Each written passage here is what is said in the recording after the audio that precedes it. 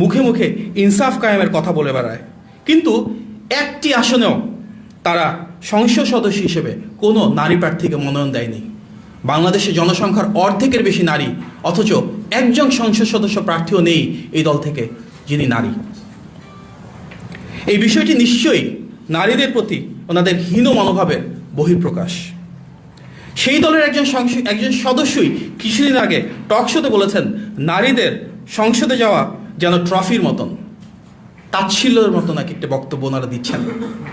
আমরা দেখলাম এই দলটি প্রকাশ্যে বারবার ঘোষণা দিয়েছে তাদের দলের প্রধান পদে নারী কখনোই আসতে পারবেন না, অথচ তাদের নারীরাই বাড়ি বাড়ি গিয়ে নির্বাচনী আচরণবিধির লঙ্ঘন ঘটিয়ে এনআইডি কার্ড এবং বিকাশ নম্বর সংগ্রহ করছেন। এটা কি ধরনের ইনসাফ? আমরা আরও দেখেছি এই দলের সঙ্গে নির্বাচনী জোটে যুক্ত থাকার কারণে জোটভুক্ত বিভিন্ন রাজনৈতিক দলের বহু নারী নেত্রী পদত্যাগ করতে বাধ্য হয়েছেন, কারণ তারা অবমাননার শিকার হয়েছেন। অনেকেই প্রকাশ্যে ক্ষোভ ও হতাশা প্রকাশ করেছেন। যারা জোটবদ্ধ হয়ে নির্বাচন করছেন তারাও অনেকেই স্বীকার করেছেন যে দলটির কারণে তারা নানাভাবে বাধার সম্মুখীন হচ্ছেন।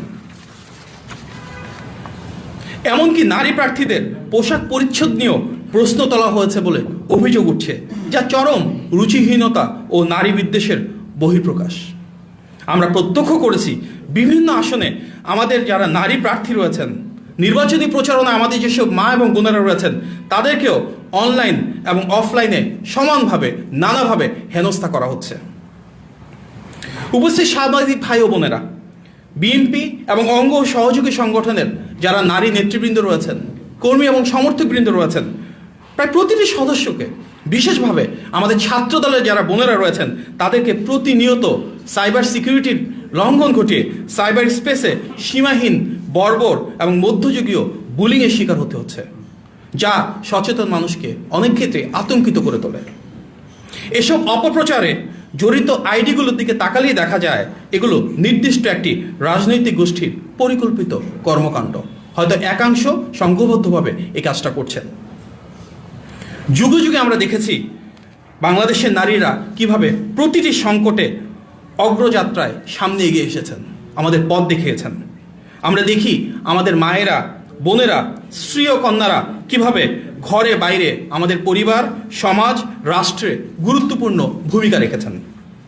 আমরা দেখি আমাদের নারীরা শ্রম দিয়ে, ঘাম দিয়ে পণ্য উৎপাদন করে বৈদেশিক মুদ্রা অর্জন করছেন। এই যে বাংলাদেশের গার্মেন্টস শিল্পের বিশ্ব বিজয়, তার বিরাট একটি অংশ জুড়ে রয়েছে আমাদের নারীদের অবদান। স্কুলে যে নারী শিশুদের শিক্ষা দিচ্ছেন, হাসপাতালে যে নারী ডাক্তার ও নার্স হিসেবে মানুষের জীবন বাঁচাচ্ছেন, পুলিশে যে নারী আইন শৃঙ্খলা রক্ষায় কাজ করছেন, আইনজীবী হিসেবে যে নারী বিপদগ্রস্ত মানুষকে সহযোগিতা করছেন, যে নারী বিভিন্ন সামাজিক ও সাংস্কৃতিক কর্মকাণ্ডে নিজেদের নিয়োজিত রাখছেন, যে নারী প্রশাসন ও রাষ্ট্রযন্ত্রে, রাষ্ট্র পরিচালনায় বিভিন্ন দায়িত্বে রয়েছেন, যে নারী বিশ্ববিদ্যালয়ে শিক্ষকতা করছেন, যে নারী আপনাদের মতন করে সাংবাদিক হিসেবে গণমাধ্যমে সত্য ও ন্যায় প্রতিষ্ঠায় অবিচল কাজ করে যাচ্ছেন, কিংবা যে নারীরা বিভিন্ন খেলাধুলায় দেশের প্রতিনিধিত্ব করছেন, দেশের হয়ে লড়ছেন, যারা সমাজ সংস্কারে নিয়োজিত রয়েছেন, ভাবা যায় এইসব কর্মজীবী নারীদের বিষয়ে জামাতের কি একটি অপমানজনক অবস্থান। Next level, well done, side by side, free.